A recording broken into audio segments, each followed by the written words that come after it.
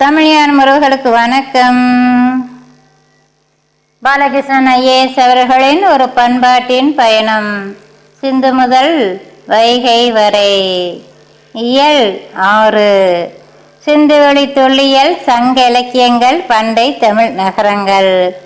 கோட்டை என்ற பொருளில் வழங்கும் அறுப்பு என்ற தமிழ் சொல்லின் அடிப்படையில் பழந்தமிழ் இலக்கியங்கள் குறிப்பிடும் அரையம் என்ற நகரத்தை சிந்துவெளி பண்பாட்டின் ஹரப்பா நகரத்தோடு ஒப்பிடுகிறார் பி.எஸ். சாமி. சிந்துவெளி பண்பாட்டின் நகர்மய வாழ்க்கை தொடர்பான தொல்லியல் தரவுகளை சங்க இலக்கியங்கள் சித்தரிக்கும் நகரங்கள் மற்றும் நகர்மய வாழ்வின் கூறுகளுடன் ஐராவத மகாதேவன் ஒப்பிட்டு ஆராய்ந்திருக்கிறார். பழந்தமிழ் நகரங்களான பாளி, கூடல், நான்மாடக்கூடல், மதிரை மற்றும் ஏழில் ஆகிய பெயர்களை சிந்துவெளி பொறுப்புகளோடு மகாதேவன் ஒப்பிடுகிறார். வென்றி நிலையிய விழு புகழ் ஒன்றி இருப்பால் பெயரிய உரு கெழு மூதூர் கோடி பல அடக்கிய பொருள் நுமக்கு உதவிய நீடு நிலை அறையத்தை கேடும் கேள் இனி. புறநானூறு 202 5 முதல் 8. இந்த புறநானூற்று பாடலுக்கு எழுதப்பட்ட பழைய உரையில் அழிந்துபட்ட அரையம் என்ற தொல்நகரம் பேரரையம் பெரியது, சிற்றரையம் சிறியது என்று 2 பகுதிகளாக பிரிக்கப்பட்டிருந்ததாக கூறப்பட்டுள்ளது. இந்த உரை குறிப்பு சிந்துவெளி நகரங்களின் மேல் நகரம் கீழ் நகரம் என்ற 2 பகுதியான அமைப்பு முறையை நினைவுபடுத்துவதாக மகாதேவன் குறிப்பிடுகிறார். பாளி என்ற இடப்பெயரை திட்டமிட்டு வடிவமைக்கப்பட்ட நகரம் என்று பொருள் கொள்ளலாம் என்பதை பழந்தமிழ் மற்றும் பழங்கன்னட சொற்பொருள் ஆக்கங்களின் அடிப்படையில் மகாதேவன் விளக்குகிறார். சங்க இலக்கியங்களில் பல இடங்களில் பாளி என்ற நகரம் சிறப்பாக கட்டமைக்கப்பட்ட பாதுகாப்புடன் கூடிய நகரமாகவும், இன்றைய தமிழகத்தின் வடமேற்கு பகுதியில் உள்ள கொன்கானம், துளு போன்ற பகுதிகளில் நடைபெற்ற புலப்பெயர்களோடு இந்த நகரம் தொடர்பு படுத்தப்பட்டதையும் மகாதேவன் சுட்டிக்காட்டுகிறார். பாளி என்ற பழைய நகரம் பற்றிய குறிப்பு சிந்துவெளி பகுதியிலிருந்து திராவிடர்கள் தெற்கு நோக்கி புலம்பெயர்ந்த நிகழ்வுகள் தொடர்பாக சங்கப்பாடல்களின் தொன்மையான கீழடக்குகளில் பாதுகாத்து வைக்கப்பட்ட மேல் நினைவு என்று அவர் கருதுகிறார். இந்த பெயர் வாய்மொழி மரபுகளின் மூலம் தலைமுறை தலைமுறையாக கடத்தப்பட்டு சங்க இலக்கியங்களில் ஆவண வடிவம் பெற்றிருக்கும் என்பது அவரது கருத்தாகும். சங்க இலக்கியங்களில் நகரங்கள் பற்றியும் நகர வாழ்வியல் மற்றும் கட்டுமானங்கள் பற்றியும் மிக துல்லியமான குறிப்புகள் இருந்தாலும், இன்றைய தமிழ்நாட்டு நிலப்பகுதிகளில் இத்தகைய நகர் வாழ்வியலை அவை சார்ந்த கால துன்பங்களின் பின்னணியில் நிறவும் அகலாய்வு தடயங்கள் கிடைக்கவில்லை என்பது ஒரு பெரிய குறையாக கருதப்படுகிறது. இதன் விளைவாக சங்க இலக்கியங்களில் இடம்பெறும் நகர வாழ்வியல் தொடர்பான சித்தரிப்புகளை அவற்றுக்குரிய மதிப்போடு அணுகாத ஒரு மனநிலை ஆய்வாளர்களிடையே உள்ளது. இத்தனைக்கும் சங்க இலக்கியம் பிற்கால காப்பிய இலக்கியம் போல இதன் விளைவாக சங்க இலக்கியங்களில் இடம்பெறும் நகர வாழ்வியல் தொடர்பான சித்தரிப்புகளை அவற்றுக்குரிய மதிப்போடு அணுகாத ஒரு மனநிலை ஆய்வாளர்களிடையே உள்ளது. இத்தனைக்கும் சங்க இலக்கியம் பிற்கால காப்பிய இலக்கியங்கள் போல மிக புனிவு இலக்கியம் அல்ல.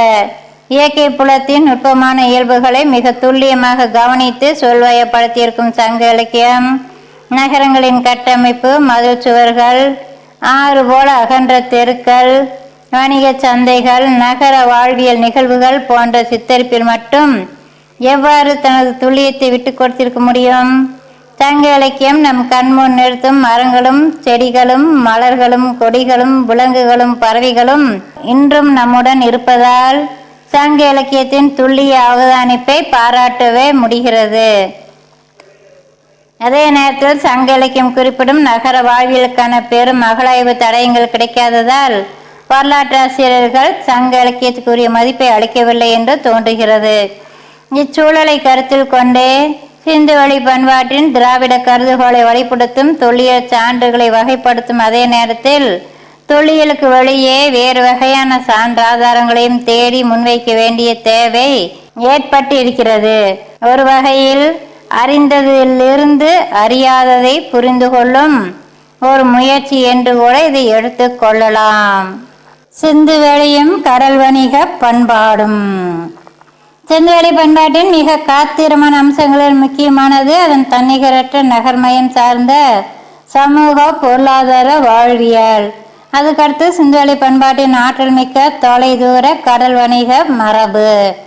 இந்திய துணைக்கண்டத்துக்கு ஒரு கடல் வணிக வரலாறு இருக்கிறது என்றால் இதுவரை கிடைக்கும் தடயங்களின் அடிப்படையில் அம்மரபின் தொடக்க புள்ளியாக சிந்துவெளி பண்பாட்டை கூறுவது தயக்கம் இருக்க முடியாது. சிந்துவெளி வணிகர்கள் தாமிரம், செம்பு, அரிய வகை மரக்கட்டைகள், தந்தம், முத்து, விலை உயர்ந்த ஆபரண கற்கள், பொன் ஆகியவற்றை மெசபடோமியாவுக்கு எடுத்து சென்று வணிகம் புரிந்தனர். மெசபடோமியாவில் கிடைக்கும் பொறிப்புகளை இதை தெரிவிக்கின்றன. சிந்துவெளி வணிகர்களும் அணிமணி காய் வினைகர்களும் சுமேரியாவில் உள்ள யூப்ரடிஸ் நதிக்கரையில் ஊர் என்ற நகரில் தனி குடியிருப்பு அமைந்து வாழ்ந்தார்கள். சிந்துவெளி பகுதி சுமேரியர்களால் நெலுகா என்று அறியப்பட்டது. சிந்துவெளி பொருளாதாரத்தில் கடல் வணிகம் முக்கியமான பங்கு வகித்தது. சிந்துவெளி பண்பாடு ஏதோ ஒரு காரணத்தால் அல்லது பல காரணங்களால் நலிவுற்று அழிந்தது என்று வைத்து கொண்டால் ஒரு கேள்வி நம் மனதில் எழுகிறது. சிந்துவெளியின் கடல் வணிகர்களும் நாவைகளை செலுத்தும் ஆற்றல் மிக்க மாலுமிகளும் கப்பல் கட்டுதல், துறைமுகங்களை செயல்படுத்துதல் போன்ற சிறப்பு தொழில்நுட்பங்களில் ஆற்றல் பெற்ற திறனாளிகளும் எங்கே சென்றார்கள்? கடலை அறிந்தவர்கள் கடல் சார்ந்தே நகர்வார்கள். சிந்துவெளி பண்பாட்டு கால துறைமுகமான லோத்தலிலிருந்து அத்தகையோர் மேலும் தெற்கு திசையில் கடலோரமாக நகர்ந்திருப்பார்களே தவிர வேறு திசையில் பயணித்து மலைகளில் ஏறி வேட்டையாட தொடங்கியிருப்பார்கள் என்று நினைப்பதற்கு எந்தவித சாத்தியமும் இல்லை.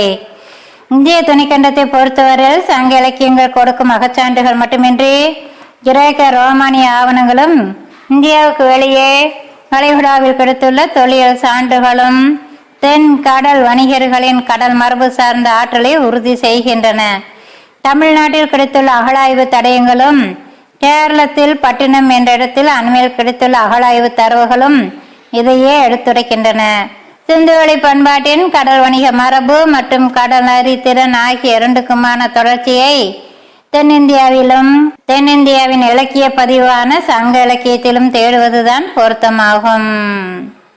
சங்க இலக்கியத்தில் கடல் வணிக பண்பாடு. தமிழ் மொழியின் முழுமுதல் காப்பியமான சிதப்பதிகாரத்தின் தலைவனும் தலைவியும் பூம்புகார் துறைமுக நகரில் செல்வ செழிப்போடு வாழ்ந்த வணிகர் குடும்பத்தை சேர்ந்தவர்கள். சிலப்பதிகாரத்தின் இந்த தலைவன் தலைவி தேர்வு தமிழ் தொன்ம மரபுகளில் வணிகத்திற்கும் வணிகம் சார்ந்த பொருளாதாரத்திற்கும் தரப்பட்ட முக்கியத்துவத்தை உணர்த்துகிறது. சங்க இலக்கியங்களின் மூலமாகவும் தமிழ் தொன்ம மரபு கதைகளின் மூலமாகவும் அறியலாகும் பாண்டியர்களின் பழங்கால தொன்மங்கள் அனைத்தும் கடல் சார்ந்தவை, கடல் கோள்கள் பற்றியவை, கடல் சார்ந்த பேரிடர்களால் நிகழ்ந்த புலப்பெயர்வுகளால் கட்டமைக்கப்பட்டவை. கடல் கோள் எனப்படும் ஆழி பேரலைக்கு பாண்டியர்கள் தங்களது நிலப்பகுதிகளை இழந்தது பற்றியும், குமரிக்கோடு எனப்படும் மலை அடுக்கத்தையும், பகுற்றொலி எனப்படும் ஆற்றையும் பறிகொடுத்தவர்கள் தொல் தமிழர்கள் என்றும் தமிழ் தொன்மங்கள் கூறுகின்றன. பாண்டியர்களின் அரசு சின்ன மீன் என்பது அனைவரும் அறிந்ததே. இதுவரையில் கிடைத்துள்ள தடயங்களின் அடிப்படையில் பாண்டியர்களின் வரலாற்றுக்கு முற்பட்ட தொன்மங்களை எவ்வாறு ஊகிக்கலாம் என்பதை தமிழ் சோழபில் பின்வருமாறு விளக்குகிறார். தென் தமிழ் அரச மரபினரான பாண்டியர்களின் பழைய தலைநகரங்கள் அடுத்தடுத்து வெள்ளத்தால் அழிகின்றன. இறுதியில் பாண்டியர்களின் தலைநகரம் வரலாற்று காலந்தொட்டு அறியப்படும் தற்போதைய மதுரையில் அமைகிறது. தமிழர்களின் முழு முதல் கடவுளான முருகனின் முக்கியமான படைவீடுகளில் ஒன்றாக கடற்கரை ஓரத்தில் திருச்செந்தூர் அமைகிறது. தமிழ் மொழி தொடர்பான தொன்மங்களில் கடவுள்களான சிவன், முருகன் மற்றும் மீனாட்சி அம்மன் ஆகிய மூவரும் பாண்டியர்களோடு சிறப்பு தொடர்புடையவர்களாக காட்டப்படுகிறார்கள். பாண்டிய மரபின் முதல் அரசர்கள் சிவன், முருகன் ஆகியோரின் அவதாரமாக கருதப்பட்டார்கள். பாண்டியர்கள் தலைநகரமான மதுரையைத்தான் தமிழ் சங்கங்களின் தலைமையிடமாக தமிழ் மரபுகள் குறிப்பிடுகின்றன. இந்திய இலங்கை வளைகுடா பகுதியில் வணிகம் முக்கிய இடம் பெற்றது. தாமிரபரணி நதிக்கரையும் வரலாற்றுக்கு முற்பட்ட காலகட்டங்களில் மிக முக்கியமான இடமாக இருந்திருக்கிறது. நேர்ச்சொன்ன அனைத்து செய்திகளையும் ஒருங்கிணைத்து பார்த்தால் இந்திய துணைக்கண்டத்தில் முகிழ்த்தெழுந்த முதல் திராவிட நாகரிகம், அதாவது தொழில் தமிழர்களின் நாகரிகம், இந்திய இலங்கை நீர் சந்திப்பு பகுதியை ஒட்டி மன்னார் வளைகுடா பகுதிகளையும் உள்ளடக்கிய நிலப்பகுதியில் தோன்றியது என்பதை உணர முடியும். இந்த இந்தோ திராவிட பண்பாட்டின் தொடக்கத்தை தோராயமாக பொது யுகத்துக்கு முன் 600 முதல் 300 என்ற காலகட்டத்தில் பொருந்த வாய்ப்பு இருக்கிறது. அந்த முதல் இந்தோ திராவிட பண்பாட்டோடு தொடர்புடையவர்கள் என்று பாண்டிய அரச மரபினரை கூறலாம். அசோகர் தனது ஆட்சியின் எல்லை பகுதிகளை கடந்து சோழர், சேரர், பாண்டியர் ஆகியோரது ஆளுகைக்கு உட்பட்ட நிலப்பகுதிகளிலும் மருத்துவ வசதிகள் செய்ததாக கிர்னார் பாறை கல்வெட்டு 2 குறிப்பிடுகிறது. இக்கல்வெட்டு பொது யுகத்துக்கு முன் 3ஆம் நூற்றாண்டை சேர்ந்தது. இந்திய இலங்கை பகுதிகளைச் சேர்ந்த பாண்டிய துறைமுகங்களில் இருந்துதான் கடல் முத்துக்கள் பெறப்பட்டதாக அர்த்த சாஸ்திரத்தை மேற்கோள் காட்டி கிளாரன்ஸ் மலோலி குறிப்பிடுகிறார்.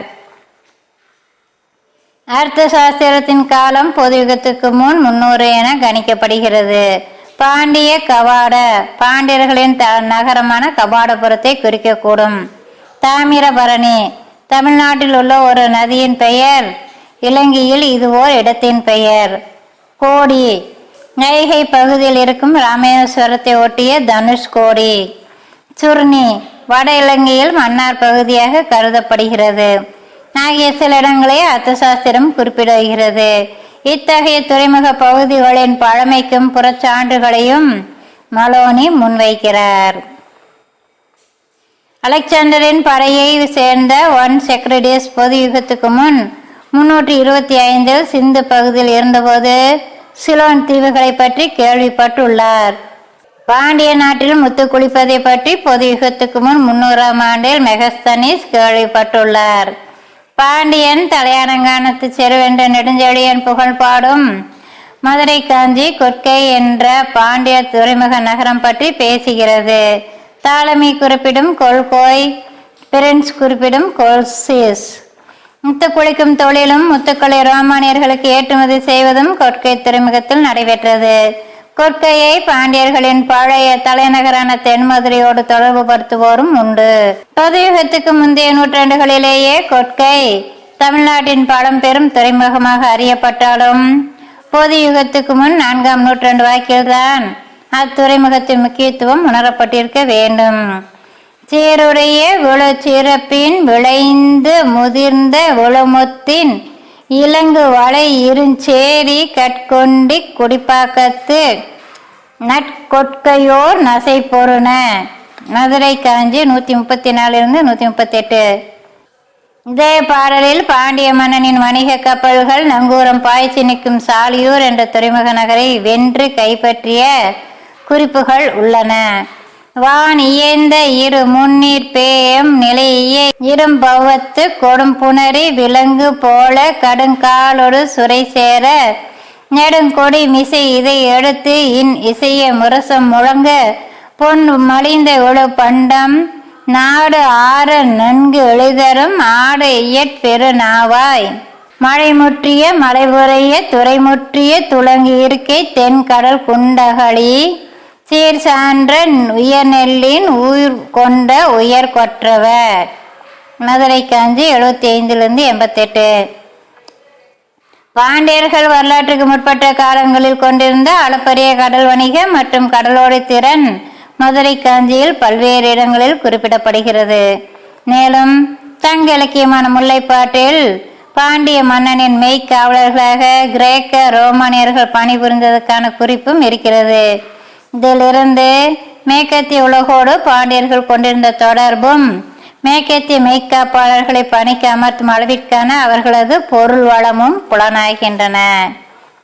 தற்போதைய கேரள மாநிலம் தமிழ் மூவேந்தர்களில் ஒருவராகிய சேரர்கள் ஆண்ட சேர நாடு என்று முன்பு அறியப்பட்டது. பொது யுகத்துக்கு முந்தைய நூற்றாண்டுகளில் சேர மன்னர்கள் மிகவும் பலம் வாய்ந்தவர்களாக திகழ்ந்தார்கள். 8 தொகையில் ஒன்றான 1810 என்ற இலக்கியம் முழுவதுமே சேர அரச மரபினரின் வரலாற்று செய்திகளையும் அவர்களின் வெற்றிகளையும் பாடுவதற்கு அர்ப்பணிக்கப்பட்டு இருக்கிறது. சேரர்களின் செல்வாக்கு உச்சகட்டத்தில் இருந்தபோது சோழ மன்னர்களின் சில பகுதிகளையும் அவர்கள் தங்களது ஆட்சி பகுதிகளோடு சேர்த்து கொண்டார்கள். இப்போது தமிழ்நாட்டில் உள்ள கரூர் பகுதியும் கேரளாவின் எல்லைக்கு வடக்காக உள்ள கொன்கான பகுதியும் இவ்வாறு இணைக்கப்பட்டதாக கருதப்படுகிறது. மேற்கு கடற்கரையில் பல துறைமுகங்கள் இருந்தன.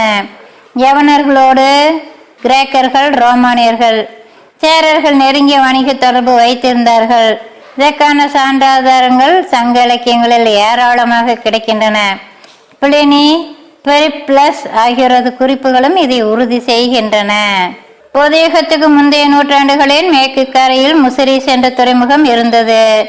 காப்ரோபொத்ராஸ் என்று அறியப்பட்ட சேரர்களின் ஆளுகை பகுதியில் முசிறி என்ற நகரம் இருந்ததாக பெரிப்ளஸ் குறிப்பிடுகிறது. அரியகே, குஜராத் பகுதிகளுடன் கொண்ட கடல் வணிக தொடர்பாலும் கிரேக்க நாட்டு கடல் வணிக தொடர்பாலும் அந்நகரம் வளமிக்கதாக விளங்கியது. அது ஒரு நதியின் கரையில் அமைந்திருந்தது. அங்கிருந்து விலையுயர்ந்த ஆபரண கற்கள், வைரங்கள், வைடூரியங்கள் ஏற்றுமதி செய்யப்பட்டன. பிரான்சிஸ் 2002 119. ரோமானியர்களோடு கொண்டிருந்த கடல் வணிக தொடர்பு குறித்து நாளையும் அறிவோம். நன்றி நண்பர்களே.